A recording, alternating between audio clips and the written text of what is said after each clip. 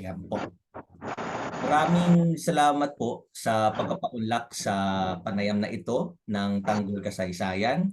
Para po simulan natin yung panayam na ito, Nanay Femia, maaari niyo po bang ipakilala ang inyong sarili, sabihin ang inyong edad, kasalukuyang trabaho o organisasyon, at iba pang mahahalagang detalye tungkol sa inyo? Um, Magandang umaga, no? Ako po si Euphemia Kulyamat, isang lumad manubo galing sa Mindanao, particular sa Surigao del Sur. Ako po ay 62 taon na. Mayroon akong anak na 7 at isang asawa. At dati ako ay former congresswoman ng bayan muna sa Kongreso. At sa kasalukuyan ako ay nagtatrabaho sa Sandugo at Katribo. At ang Katribo ay isang kalipunan ng mga katutubong mamamayan sa Pilipinas. At kasama din yung Sandugo, kilusan ng mga muro at katutubo para sa sariling pagpapasya. So ito yung kasalukuyan kong trabaho ngayon. Maraming salamat po, Nanay Femia. Simulan natin sa inyong mga taon nung kayo ay lumalaki bilang isang kabataang lumad. Pakilarawan po ang inyong kabataan habang lumalaki sa Surigao. May mga partikular po ba na kwento na tumatak sa inyong isip tungkol sa inyong pamilya, sa inyong pamayanan, sa inyong mga kaibigan? At ano-ano po yung mga hilig ninyo at pinagkakaabalahan anong panahon na kayo po ay bata pa? Actually, lumaki talaga ako doon sa loob ng aming lupang Minono. At ako po ay kadalasan ay mula sa maliit ako, sumasama ako sa aking magulang doon sa aming sakahan. At ako po ay ang hilig ko kasi yung siyempre ang sakahan namin ay nasa tabi ng ilog.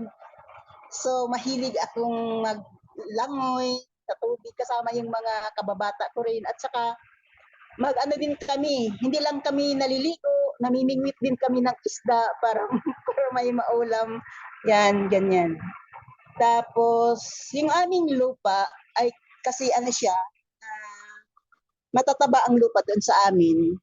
Siyempre ang hanap buhay talaga namin ay magsaka, magtanim ng lahat ng aming mga makakain. At mula rin sa maliit pa ako, tinuturuan kami ng aming mga magulang na magtanim, maglinis doon sa mga tanim, yung ganyan. Wala kaming ibang pinagkakaabalahan kundi magtulong sa aming mga magulang doon sa kung paano kami mabubuhay. Simpleng pamumuhay. At parang hindi namin pinoproblema yung pera, parang yung malaya.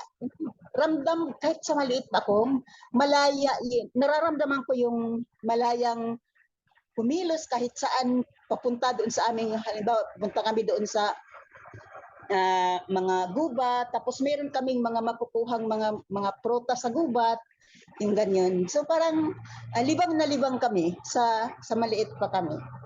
Ayan. So, yan talaga, wala kaming ibang ang doon sa amin. At saka isang yung palaging tumatatak sa isip ko nang maliit pa kami, ay yung aming mga magulang, parang kung ano yung gawain sa yung mga pagtatanim, paglinis ng taniman, parang palagi silang nagkakaisa, maramihan silang parang yung naiintindihan ko nang lumaki na ako, naintindihan ko yung sinasabi nila na yung hindi nila pinagmamay-ari yung lupa, yung magtulungan lang para paano paunlarin ang hanap buhay. Tapos kung ano yung, halimbawa yung sa panahon ng October to November, yun yung magtanim kami ng palay isang beses sa isang taon, simula October hanggang November up to December. So, sama-sama yung aming sa buong komunidad, sama-sama doon sa insan, pagtutulungan nilang linisin, at hanggang sa pagtanim yung isang sakahan. So yun, lalo na yung panahon sa anihan, sobrang ano namin, sobrang saya namin.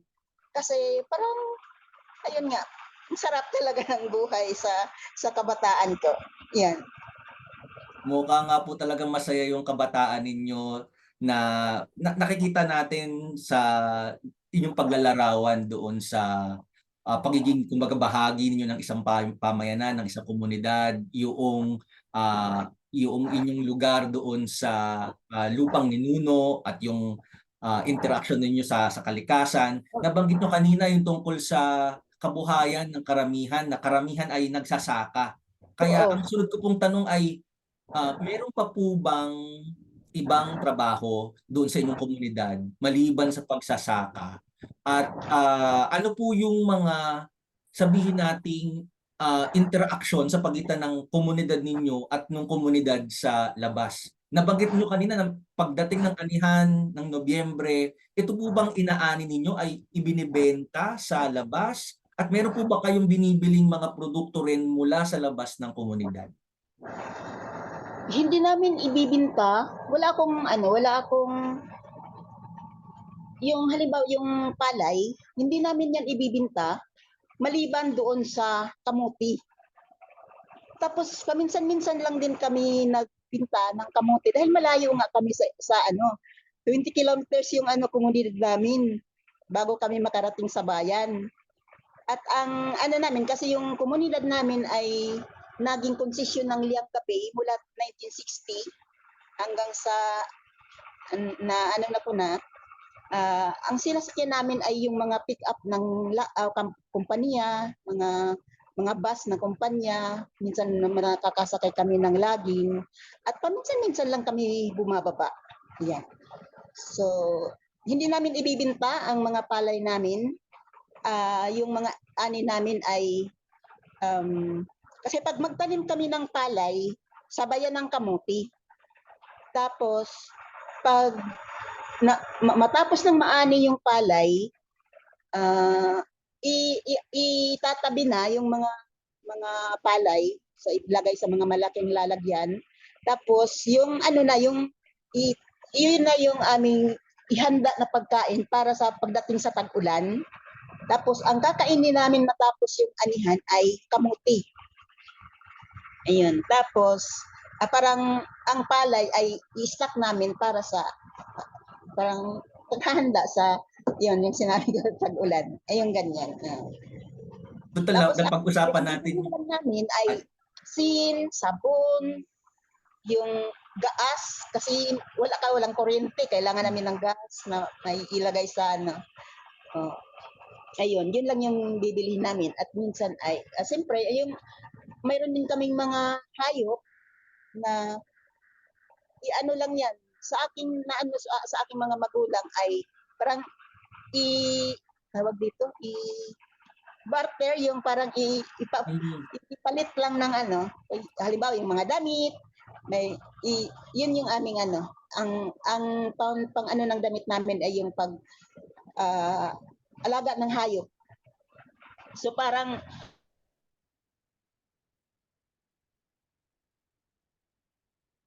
pakipag-ugnayan sa kalikasan. Yan.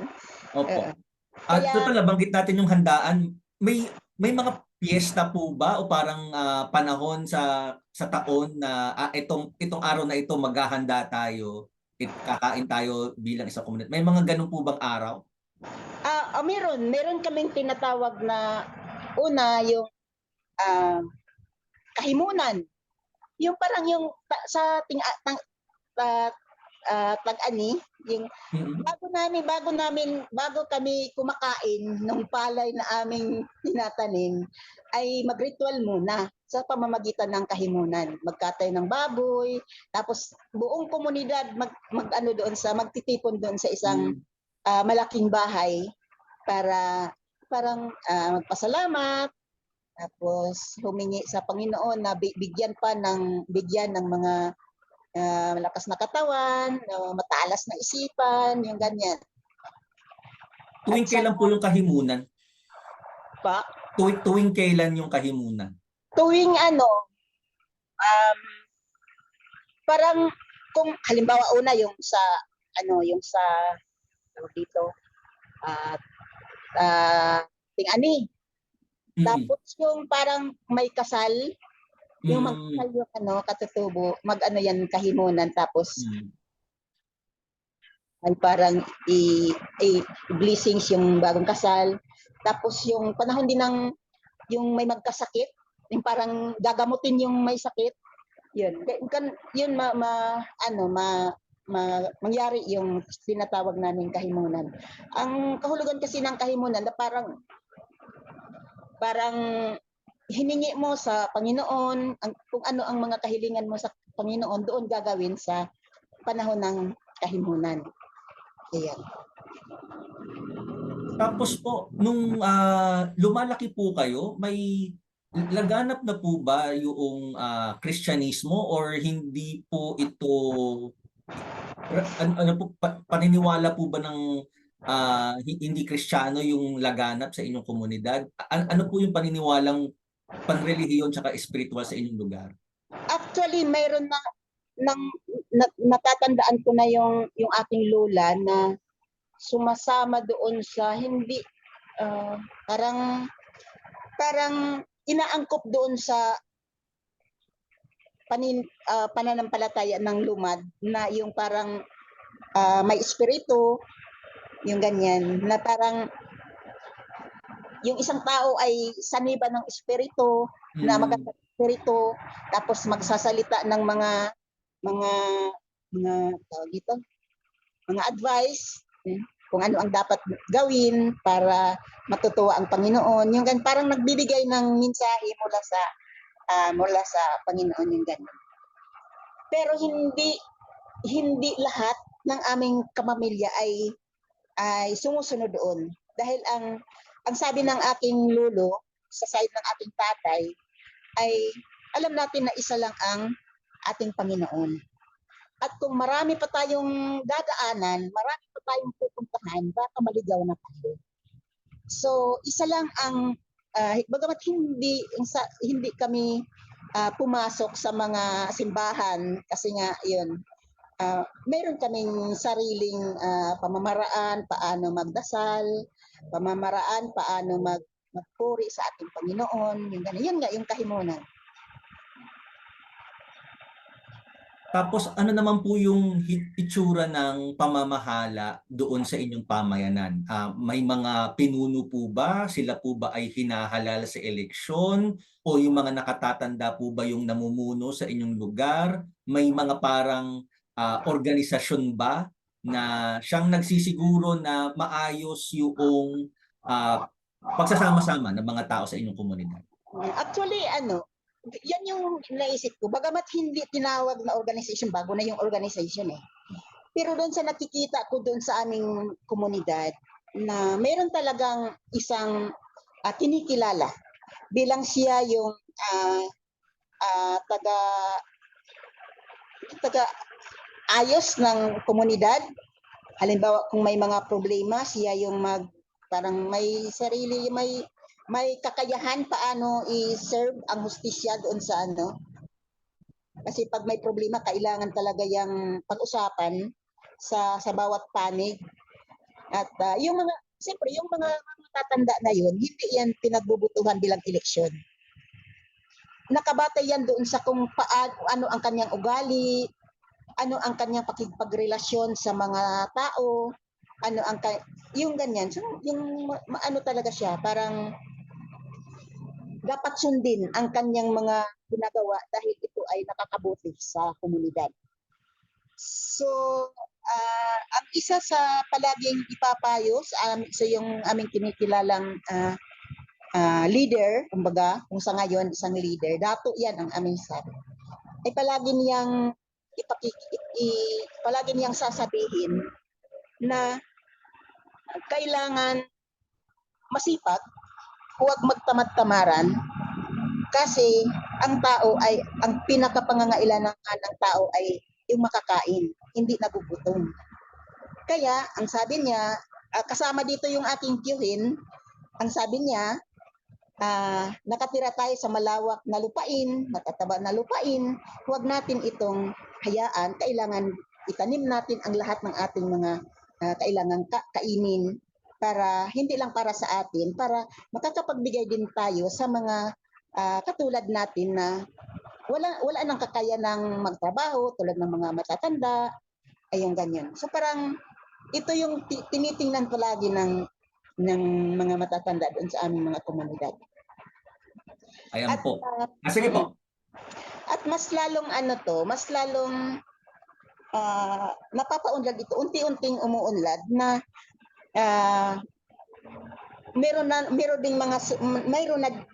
ding mga sumusunod na mga kabataan na yung binigyan talaga nila ng na kailangan ito ang parang second liner kumbaga sa So may datu tapos may mga may senior yung ganyan.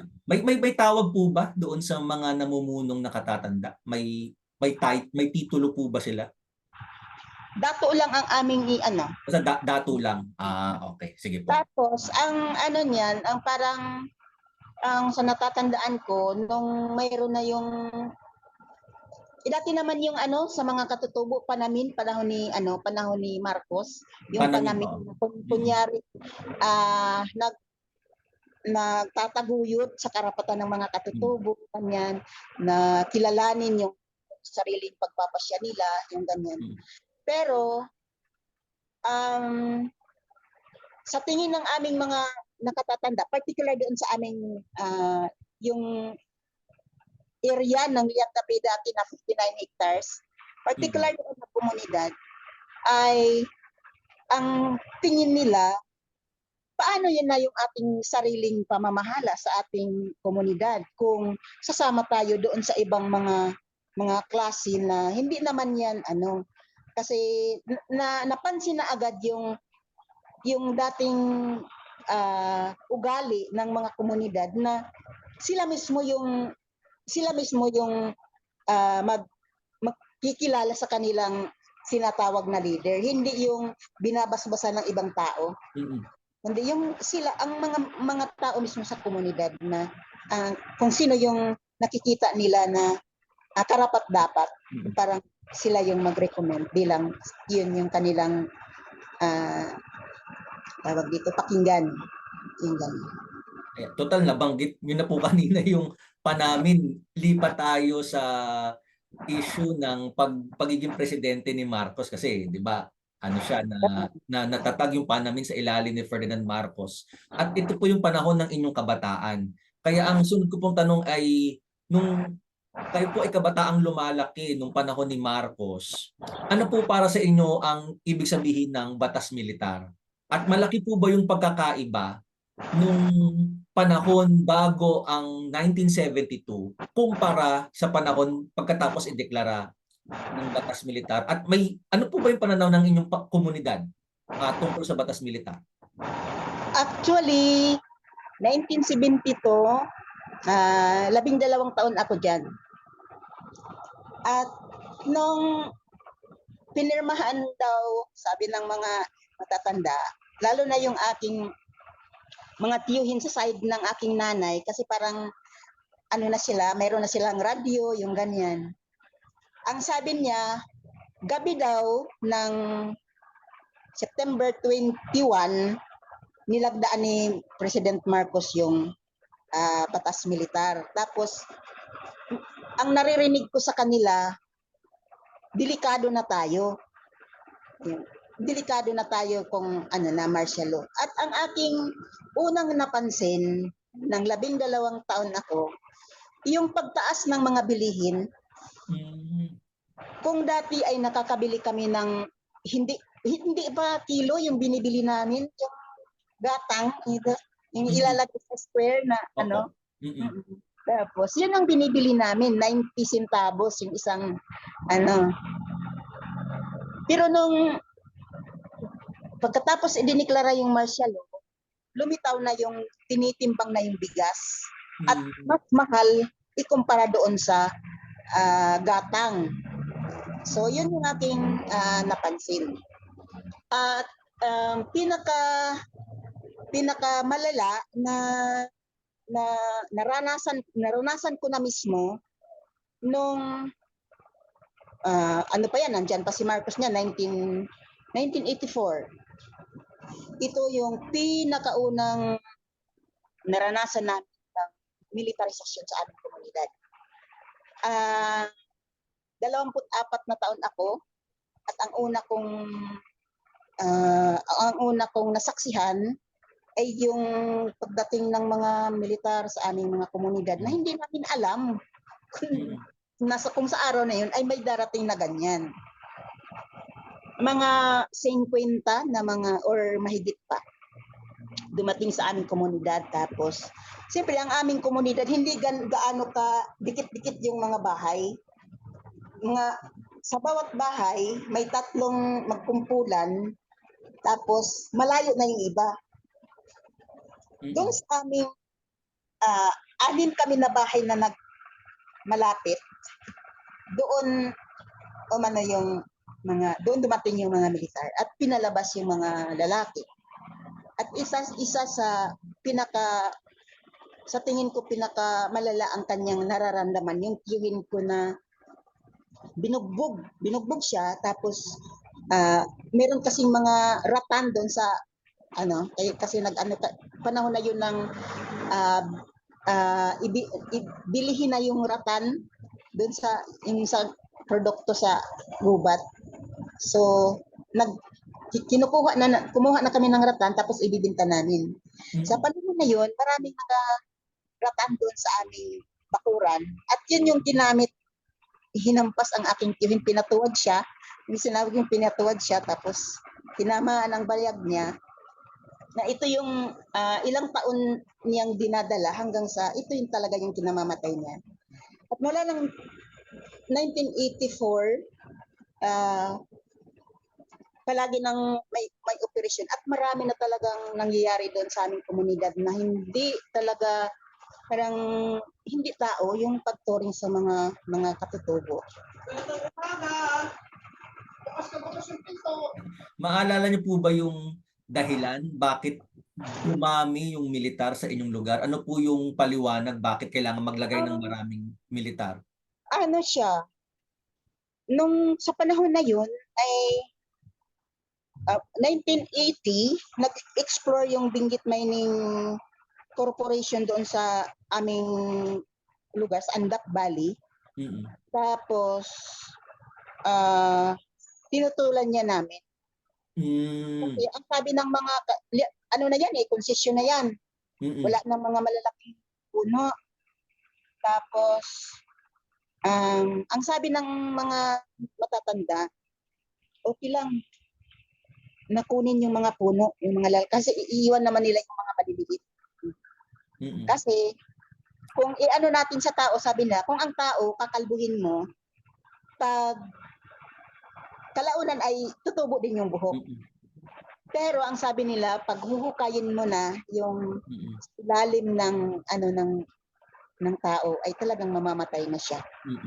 So ang turing ng aming mga matatanda, ang kalikasan ay tulad din ng tao na may buhay, na kailangan alagaan tulad ng pag-alaga ng sarili. Iyon yung kanilang palaging tinitingnan.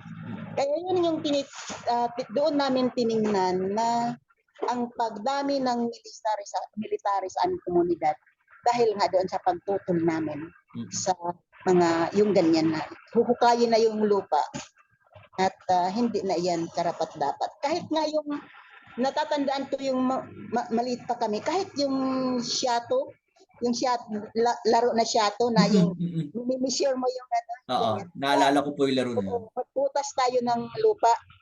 Maliit lang yun na butas pero pagagalitan kami ng aming mga magulang.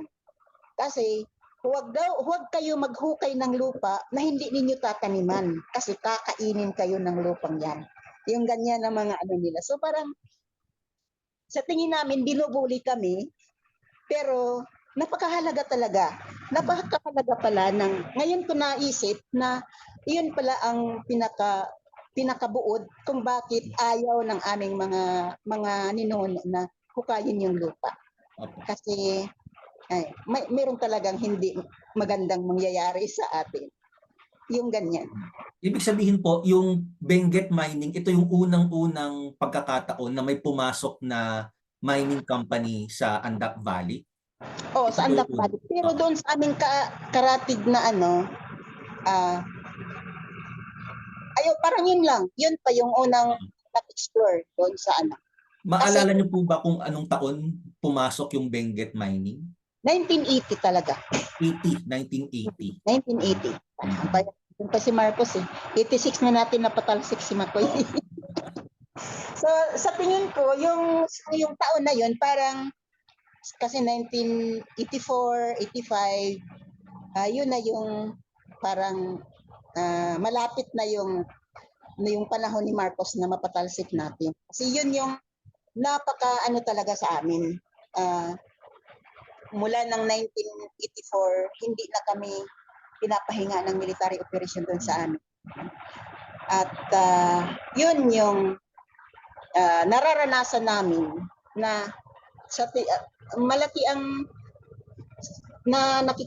sa aking ano, malaki talaga ang nabago doon sa aming malayang buhay. Tapos ng pagdating ng panahon na yun na parang ayaw na naming lumayo sa aming bahay. Parang nakakatakot na kasi hindi namin alam kung sa araw ba na yun ay mayroong mga militar doon sa aming yun sa mga gilid ng aming sakahan at yung ganyan puno ng pangangamba na ang aming buhay mula 1980s. Lagi namba kami. So hindi na kami malaya sa panahon na yon. Tinatali palagi sa takot. Nabanggit ninyo na tumutol yung komunidad ninyo laban sa Benguet Mining. Sa paanong paraan po ba nyo na ipakita yung pagtutol ninyo doon sa mining? Actually, kinausap namin ng mga matanda yung manager, si Santa Ana. Hindi ko talaga makakalimutan yung Santa Ana, yung isang si Cabradilla. Hindi ko nakalimutan ko na yung pangalan nila. Ayun yung Okay lang po. mayroong merong Biri. Yung si Biri parang siya yung finance nila. Kinakausap namin. Pero siyempre madaling So madaling dito hindi nila gaano na pag hindi sila na tagumpay doon sa kanilang pag-usap kasi talagang itutuloy yun. At may pagkakataon na nakabalita kami na may sinunog na ekwipo. Hindi namin yan alam sino kaya ang nagsunog yung ganyan. Sa panahon na yun, doon nagsimula yung pag-militarisa sa komunidad. At pagkatapos din doon sa pagsunog ay umalis talaga yung Benguet. At natutuwa ang aming mga matatanda dahil nga umalis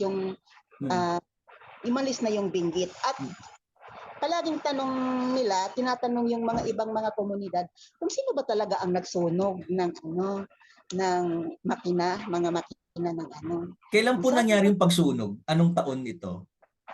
Parang 1983 ba yun? 83. Opo. Hindi ko sure. Basta sa mga taon yun. Kasi 84 umalis yung 84 umalis yung Benguet. At yun yung pinakaunang military operation doon sa aming komunidad. Pagkatapos nakaalis yung Benguet. Hindi na sila bumalik pagkatapos ng 84. Hindi na bumalik ang Benguet Mining. Ang sabi nila, kasi napaalam sila sa mga dato. Alis muna kami kasi yung carbon yung kanilang coal yung kanilang plano doon. Mayaman daw sa coal yung aming bundok doon. Yung coal daw hindi pa dapat anihin kasi Mm. hindi pa daw hinog. Babalik daw sila pag mahinog na yung ano. May mga taon na binanggit nila na babalik sila kasi pwede nang harvestin yung pole. Hmm. Pero sa panahon na yun, tuloy-tuloy na talaga yung military. At isang mula nung panahon na yun, palagi na kaming nakaranas ng mga yung may putukan doon sa ano. At siyempre, mayroon na din kaming makikitang ibang grupo, yung ganun. So, ang aming mga matatanda ay naninindigan talaga na dapat irespeto yung ating ano. Kasi pagdating nila, andun na kami. Andun na yung mga tao. Dapat irespeto nila kung ano meron kami. Mm. Kung sino man sa kanila, dapat irespeto nila. Mm. Pero, nung panahon ng, ang pinakamatindi, nung 1990, pinakamatinding nararanasan namin na militarisasyon. Kasi may bombings na talaga. May bombings na. Tapos, iyon, pagsabihin namin sa mga militar na sumuha kayo dito sa aming komunidad kasi mayroon kayong kalaban. Mm. Pero ang sagot nila, pero kung NPA, patutuloyin ninyo. Na hindi naman yan totoo. Hindi naman namin pinatutuloy din yung ano. Kung ano ang reklamo namin doon sa mga militar, yun din ang reklamo namin sa kung mayroong makaraan sa amin na ibang grupo. At ang nakikita namin ay yung isang grupo ang naniniwala sa amin, nagrespeto sa amin kung ano ang sasabihin namin. Pag sabihin namin, huwag kayong dumaan dito, baka magkataon yung ganyan. So hindi talaga sila dadaan. Mm. Doon namin na-appreciate yung kung ilagay natin sa gobyerno, yung isang gobyerno ay nirerespeto ang aming karapatan. Yung isa ay mas lalong niyuyurakan ng aming karapatan pag magpaliwanag kami kung ano. Ganun. So, mula na taon na yun, yung 1990 na operasyon na yung nagkaroon na talaga ng bombings. Pero, ang lalaki talaga ng mga putok. Kaya, sa tuwing naranasan namin na binubugbog yung aming mga kalalakihan, sa tuwing makarinig kami ng may operasyon, ay aalis talaga kami sa aming bahay kahit gabi. At yung isang ano ko na yung ikinuwento ko doon kung saan tayo nagkikita una, na pinaka ano yung aking asawa ng aking pinsan na buntis habang naglalakad kami, na nanganak siya sa daan. Tapos habang lumalakad kami, pag ano niya na parang lalabas na talaga yung bata, tumigil kami ng ano, tapos tinulungan yung nanay na makalabas yung bata. Pagkatapos paglalabas ng bata, nilinis yung nanay, inayos yung bata. Lumakad ulit kami, pati yung bagong nanganak, lumakad siya. At yun yung aming ano ng pagkakataon na pumunta na talaga kami sa baba kasi hindi na namin kayanin. At pumunta kami sa simbahan. Bagamat hindi kami pumunta ng simbahan, pero naniniwala talaga kami na kahit sila yung parang sinabi namin na delegado ng ating Panginoon. So doon kami tumungo. Ano po pala yung pangalan ng bayan na pinupuntahan ninyo pag ganitong kailangan yung lumikas? Ano po pangalan ng bayan? Ang una naming pinuntahan doon sa aming barangay ng Jatagon, yung parokya doon, na sa panahon na yun, ang tumanggap sa amin ay si Father Novo. Patay na siya. Parang 3 taon pa lang siya namatay mula sa pagkamatay niya, 3 taon. At dahil maliit yung kumbento sa Jatagon, dinala niya kami doon sa Tandag, sa diocese. Sa Tandag, Diocese of Tandag. Doon niya kami dinala. At siyempre, magaan din naman sa puso ni Monsignor Ireneo Amantillo ang pagtanggap sa amin. Pinapasok kami sa diocese. At doon kami palaging binibigyan ng mensahe ng Panginoon. Nagmimisa sila sa amin, doon sa aming evacuation center. Tapos, nung ano na kami, siyempre, maraming tumutulong sa amin. nagbigay ng bigas, yung mga damit, anong pangangailangan namin doon sa amin. Tapos, isa sa pinakita namin, pinahayag namin na problema kay Monsignor, malayo kami sa bayan, hindi nakapag-aral ang aming mga kabataan. Dahil mahirap naman na pag-aralin mo yung mga maliliit pa na mga bata na walang magulang na mag-aalaga. At mahirap din iwanan ng mga magulang yung hanap buhay na sasaka lang. So, yun yung pinakita namin. Una yung pambubusabos sa aming buhay. Hindi kami kinikilala na tao bilang matagal na kami nabubuhay doon. At saka yung servisyong panglipunan na kinakailangan namin. Na sana naman ay kung nakapag-aral yung mga bata sa baba, makapag-aral din yung mga kabataan namin. At sa aking karanasan, talagang gustong-gusto ko talagang mag-aral. Pero hanggang elementary graduate lang talaga ako. Kasi 20 na ang kilometro yung aming lalakarin patong makapunta lang sa paaralan. At pagdating namin doon ay binubuli kami, mga manoko, ang dudumi ng damit, walang tsinelas, ganyan. So, yun yung aming pinakita. So, sabay, pagkatapos, ang sabi niya, hanggat hindi kayo magkakaisa, walang sino magtutulong sa inyo. At re-respeto sa inyo. Hindi, sabi nila, merong literacy and numeracy program ng Diocese of Tandag mula 1980. At kung gusto ninyo, bigyan namin kayo dyan. At siyempre, yun naman talaga yung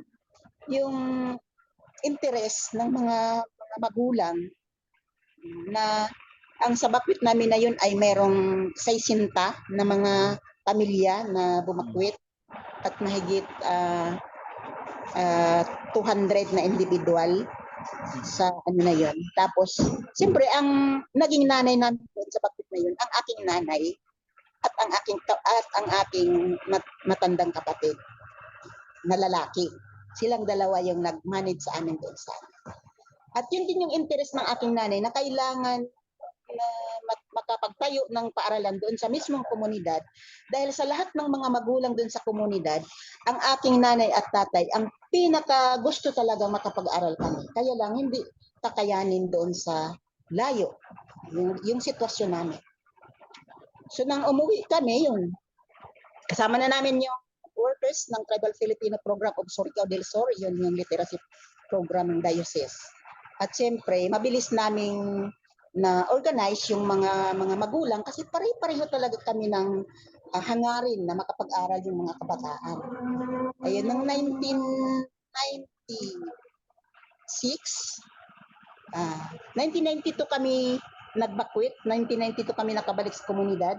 Pinisimulang nag-inorganize namin yung mga nanay para sa komunidad para itong programa na ito mai-implementaw namin. So, 1996, binuo namin yung intermunicipal na organisasyon ng katutubo sa buong Surigao del Sur. Yung buong 59,000 hectares na konsesyon ng Liangabi dati na mayroon siyang 445 families at 3,000 mahigit mga individuals. So, yun yung aming tapos, yun yung aming nabuo na organisasyon doon sa aming komunidad. At siyempre, ng 1998, formal na nagbukas ang school ng Tribal Filipino Program of Surigao del Sur.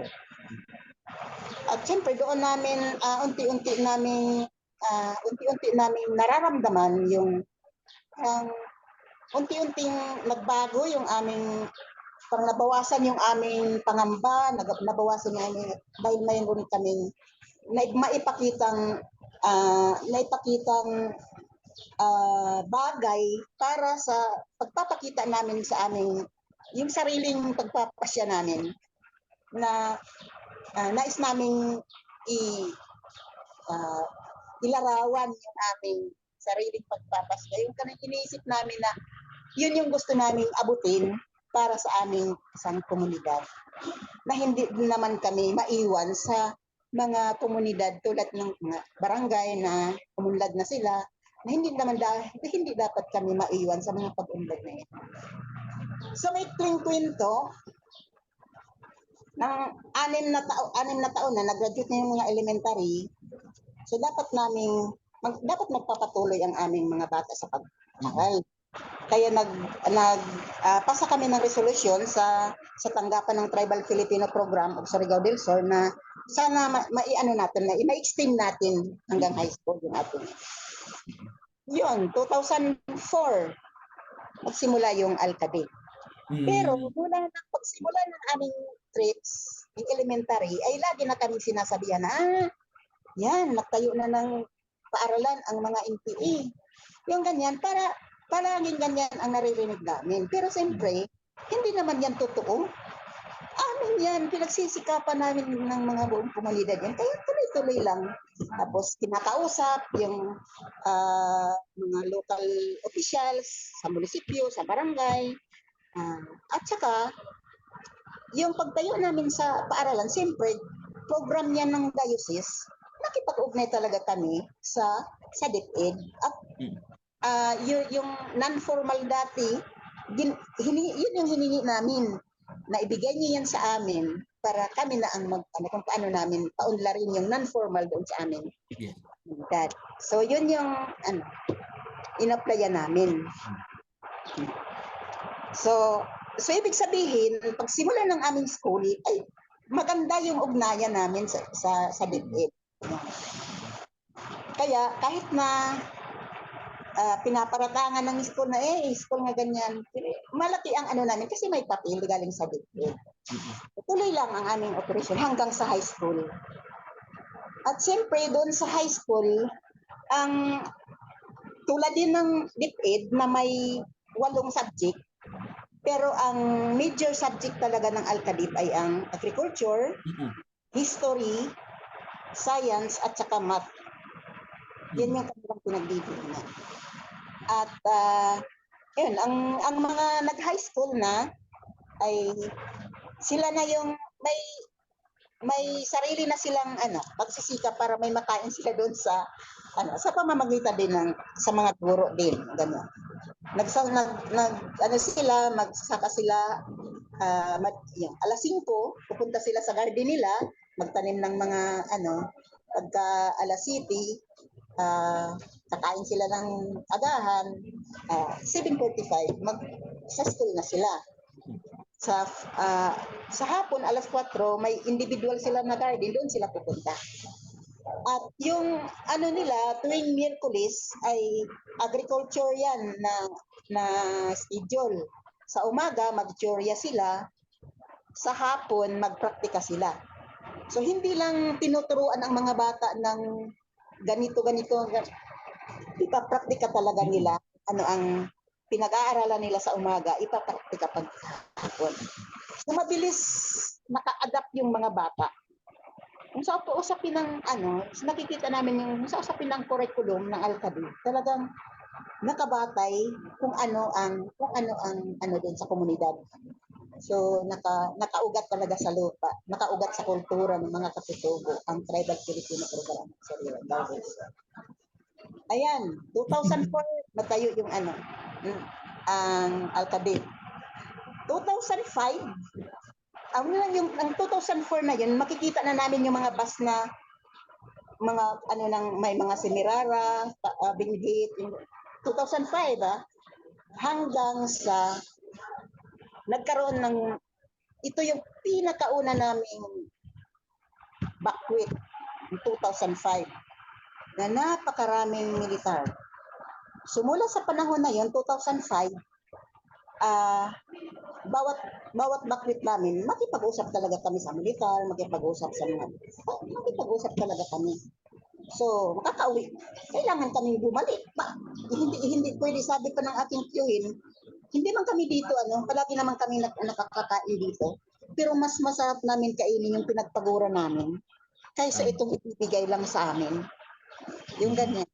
At saka, kaya, yun, 2005, simula doon ay hanggang 2011, bawat 2 taon kami ay magbabakwit. Mm. At saka yung 2005 na bakwit namin ay nagdala kami ng bangkay. Ayun. So, sa kabila ng maraming mga hindi magandang pinagdadaanan palagi nakabakwit, pero pag makabalik kami sa aming komunidad, ipagpatuloy talaga namin yung kung ano ang nasimulan namin. Kasama ang mga bata, kasama yung mga guro, yung so nararamdaman namin yung pagbago talaga ng aming buhay patungo sa umuunlad talaga ang buhay namin. Kasi sa aming mga kabataan, makikita na namin na nakapag-aral na lahat, 100%. Aming mga kabataan, hindi lang marunong na magsulat, magbasa, magpinta, marunong na din silang magsalaysay ng kasaysayan. Siyempre, history yung kanilang pinag-uusapan. At sila din yung ng kanilang mga magulang. So kung ano ang mga napag-aralan ng mga bata dun sa school, ay dadalhin nila dun sa kanilang magulang. So ibig sabihin, mayroong yung parehong ang kaalaman. So nasasabi namin na umuunlad talaga kami. Tapos sa usapin ng ekonomiya, yung pagkain namin ay nasisiguro na talaga may kasiguruhan na pagkain sa bawat pamilya at sa buong komunidad. At ito yung palagi namin, ang sabi ng aming mga matatanda, ganito pala yung ginagawa natin ito dati, kaya lang kulang tayo na may kulang. Ginagawa naman ng mga katutubo yung paano po ang rin ng ekonomiya, pero may kulang. So ito yung napunan ng edukasyon, kaya doon namin na ang sabi ng iba ay ang edukasyon ay isang susi ng anumang mga pag-unlad na nais natin kami. So, ito yung tuloy-tuloy ang aming pagpapaunlad sa aming komunidad, tuloy-tuloy ang atake, pinaparatangan ng aming mga leader, ang mga guro, pinaparatangan ng mga MPA, yung gano'n. Pero hindi namin yan binaubali, wala namin.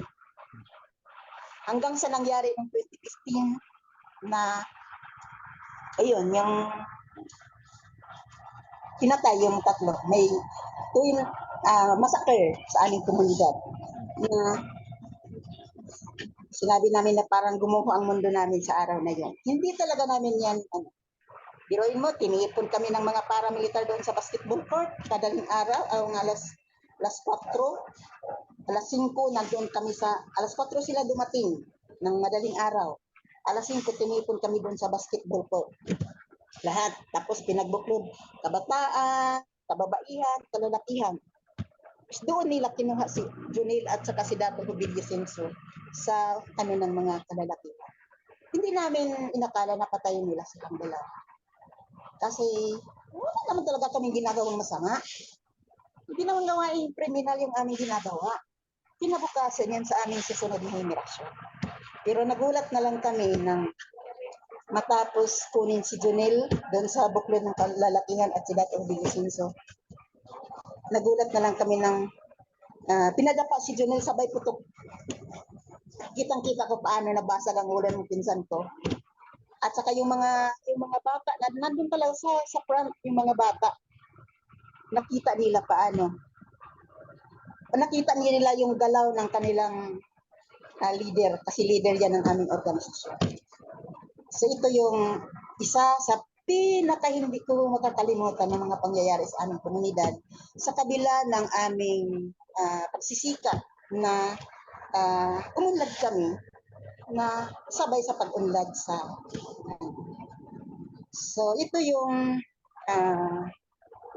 pinaka na pangyayari na parang ito yung nagtulak sa akin na kailangan kong iwanan ang lahat at tumulong paano baguhin ang ating lipunan.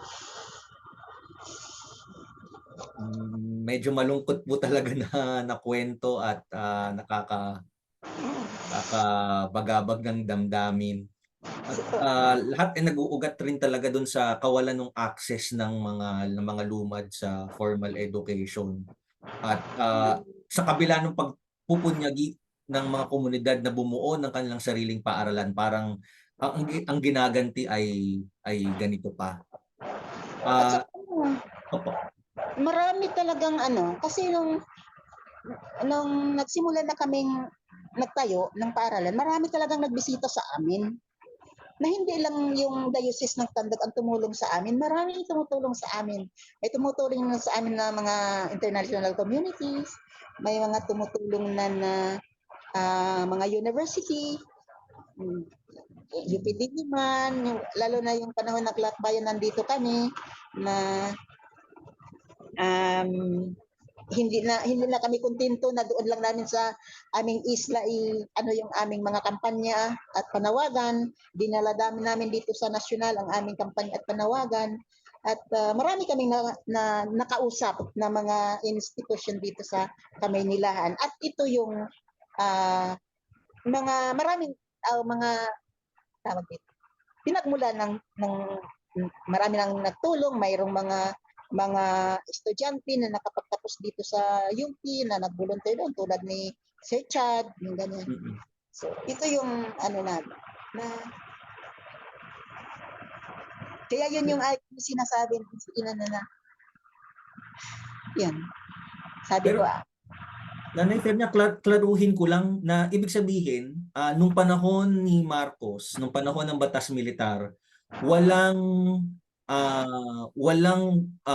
tawag dito, non-formal education na binibigay sa mga komunidad ninyo, sa mga lumad. So kinakailangan nyo talagang pumunta sa mga eskwelahan ng pamahalaan, pero ang problema ay napakalayo. oo, Nagkaroon lamang ng non-formal education pagkatapos na ni Marcos. 1994 kung tama yung naalala ko doon sa kwento ninyo kanina. 1990s. Mm. Tapos, kaya nga parang inano namin yung gobyerno na hindi nga na kami humingi ng tulong sa gobyerno, humingi kami sa tulong ng kapwa naming mga Pilipino na Mm. nakakaintindi sa aming ano, at yung parang nakakaintindi sa aming sitwasyon na ayaw naming iwanan yung ating lupang ninuno, ayaw naming ibinta yung aming lupang ninuno, ayaw naming mawasak yung aming lupang ninuno, kaya nanatili kami diyan hanggang sa ano. Kasi doon kami isinilang at doon din namamatay yung aming mga ninuno at siyempre kami, doon din kami mamamatay.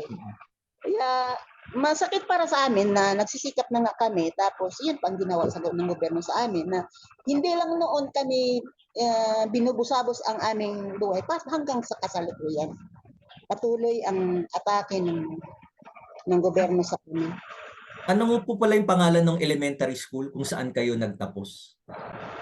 Ako? Opo. Ano? St. Christine Elementary School.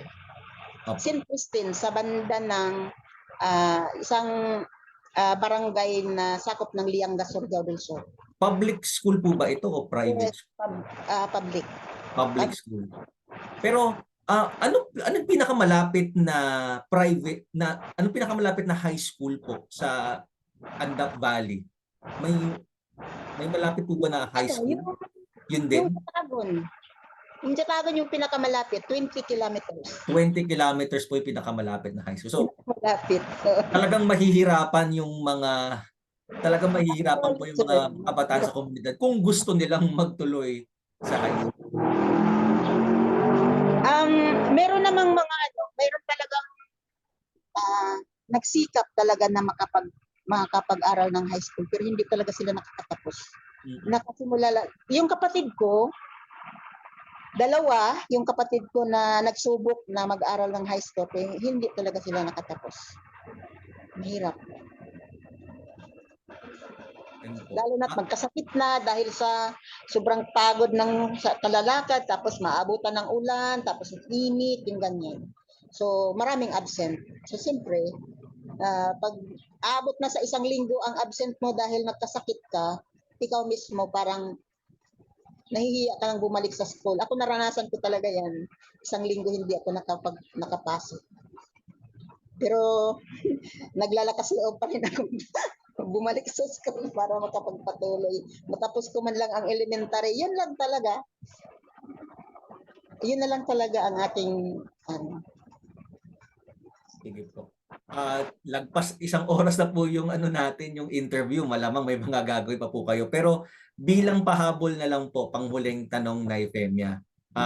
Ano po para sa inyo at saka sa inyong komunidad yung kahulugan ng salitang kasaysayan? At paano nyo po napapakita sa komunidad yung halaga ng pagbabalik tanaw sa nakaraan? Kasi ano, tulad ng sinabi ko, nung nakaraang mga araw, napakalaya. Malaya tayo doon sa, halimbawa doon sa komunidad ng mga katutubo. Ito talaga yung palaging natatak sa isip na bagamat malayo kami sa bayan, pero malaya ang buhay namin. Kung ano ang gusto naming gawin para sa aming sarili, para sa komunidad, ay walang hadlang, walang nakakahadlang. At mahalaga yung ano, yung sinabi ko na nga na mahalagang balikan yung ating kasaysayan para maikumpara natin sa kasalukuyan na tapos maikumpara mo sa kasalukuyan na grabing sobrang hirap at siyempre kaya nga sa aming mga panawagan at kampanya habang parang kayang-kaya nating ibalik ang mga nakaraan habang mayroon pa tayong natitirang kalikasan, habang mayroon pa tayong kagubatan, mayroon pang mga bundok na hindi pa nasisira, kayang-kaya natin niyang balikan ang ating makakamit, parang may pag-asa, malaki ang pag-asa na maibabalik natin yung malayang buhay kung yung ating kalikasan, ating mga kabundukan ay mananatili din. Kasi kami para sa amin na mga katutubo, naniniwala kami na lahat ng mga nilalang, no? Lahat ng mga tao ay ang buhay ay talagang nakakaugat sa lupa. Kaya ito yung doon din tayo mahanap din natin ang paraan, no?